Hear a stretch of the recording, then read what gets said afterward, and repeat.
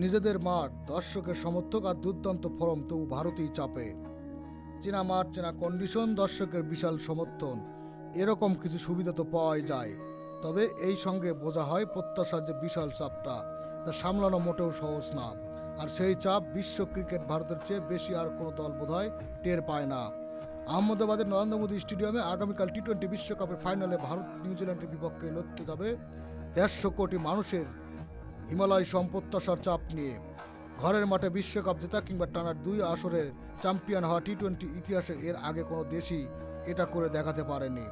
সূর্যকুমার যাদবের দল কি পারবে ইতিহাসটুকু নতুন করে লিখতে? আহমেদাবাদের গ্যালারিতে থাকা 1 লাখের বেশি ক্রিকেট পাগল দর্শক আর টিভির পর্দায় চোখ রাখা কোটি কোটি ভারতীয় প্রত্যাশার চাপে কেমন হতে পারে তা ভালোই জানে সূর্যকুমার যাদবের দল। ইংল্যান্ডের বিপক্ষে সেমিফাইনাল 7 রানে শ্বাসরুদ্ধকর জয়ের পর ভারতীয় অধিনায়ক বলেছিলেন, চাপ আর স্নায়ুর পরীক্ষা তো অবশ্যই থাকবে, বিশেষ করে নিজের দেশে খেলে শিরোপার দিকে এগিয়ে যাওয়ার পথে এটা খুবই স্বাভাবিক।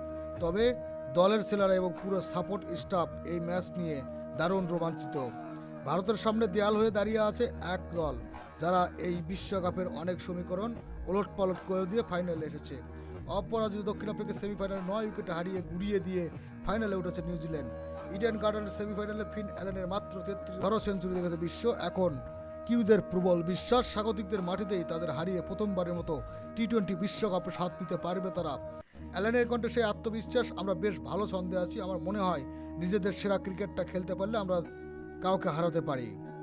ভারত ফাইনালে এসেছে বেশ কাটাই ভরা পথ পেরিয়ে। সুপার 8-এ দক্ষিণ আফ্রিকার কাছে হেরে খাদের কিনার চলে গিয়েছিল তারা। সেখান থেকে জিম্বাবুকে 72 রানে হারানো কিংবা ওয়েস্ট ইন্ডিজের বিপক্ষে 194 রান তাড়া করে জেতা প্রতিটি ম্যাচই ছিল অঘোষিত নকআউট। সেমিফাইনালে হ্যারি ব্রোকের ইংল্যান্ডের বিপক্ষে 253 রানে পাহাড় গড়েও স্বস্তিতে ছিল না ম্যানুয়েল ভুলুরা। শেষ পর্যন্ত জসপ্রীত বুমরা জাদুকরী 18তম ওভারেই বলা যায় ভারতকে ফাইনালে টিকিট এনে দিয়েছে। 18 বলে যখন 45 দরকার, সেই সময় 18তম ওভারে বোলিং এসে বুমরা দিয়েছেন মাত্র 6 রান। খেলাধুলার আপডেট নিউজ পেতে চ্যানেলটি সাবস্ক্রাইব করে সাথেই থাকুন।